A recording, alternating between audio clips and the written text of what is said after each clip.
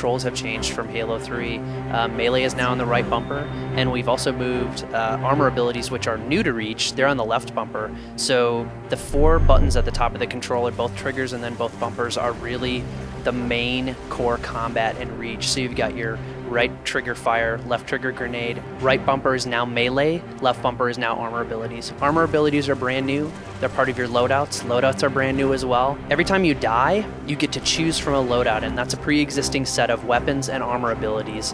When you choose that, you have it the whole time. It's on a little meter in the lower left-hand corner of the screen. You can use it as much as you want, but it will run out of juice and then slowly recharge over time.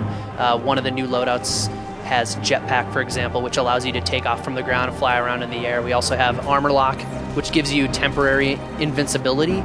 And then we have active camo as well, and sprint, which is a Spartan-specific armor ability. The elites also have a specific armor ability just to their race, and that's evade, and that allows them to move around quickly in the environment. The loadouts are very much designed and put together for the game types by the Bungie designers, so each one is specific to that game type in that playlist. So for example, if you play in the arena in the beta, you're going to be able to choose between Slayer, Slayer Pro, SWAT, a couple other things. And each of those game types have different loadouts. So SWAT, for example, you'll spawn with just the DMR and the Magnum, no motion tracker, no grenades, and sprint. So everyone has sprint. Now, whether they're customizable in the full game, that's something you'll have to ask us about later on.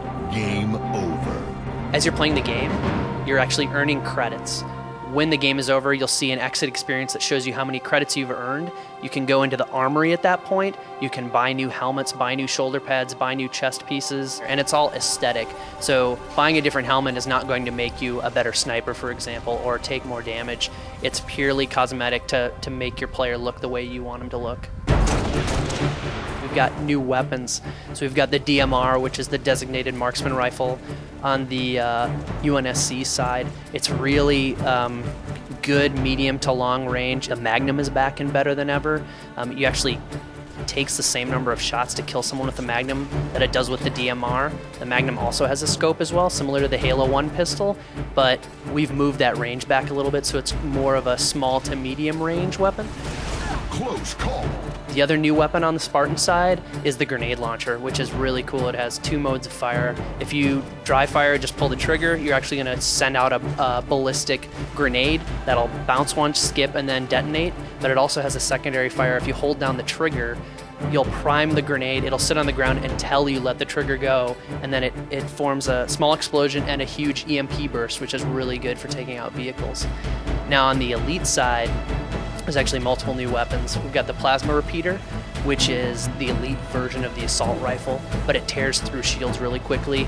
And as it overheats, it starts to slow down in terms of its firing capabilities, but you can vent that by pressing the X button, which will actually not let you fire, but gets you back into combat pretty quickly. We also have the focus rifle, which is kind of a cross between the Sentinel beam and the beam rifle from Halo 2 and Halo 3. It's really a precision weapon. It's long range, but you have to hold it on your enemy. It's not so much of a one-shot kill as a hold and steady and fire and kind of cook the guy over time. And then the last new weapon on the Covenant side is the needle rifle, and it's kind of a combination of the needler and the carbine. It's a single-shot headshot weapon, medium to long range, similar to the DMR. Takes 6 shots to take down a Spartan's shields, then 1 shot when they're unshielded will kill them. Or if you put 3 body shots in, it'll actually super combine like the needler, and a huge pink explosion will happen. There is also one more weapon that I haven't talked about, which is the plasma launcher on the Covenant side. The arming and the timing mechanisms are similar to the Spartan laser from Halo 3. You hold down the trigger. The longer you hold down the trigger, you're actually priming more grenades. You can prime up to 4 grenades, fire them off. It tracks. It's a super good anti-vehicle weapon. It's pretty good against human beings as well. And you can kill your teammates very easily with it, so it has been dubbed internally the comedy gun, because a lot of betrayals happen if you're not careful with it.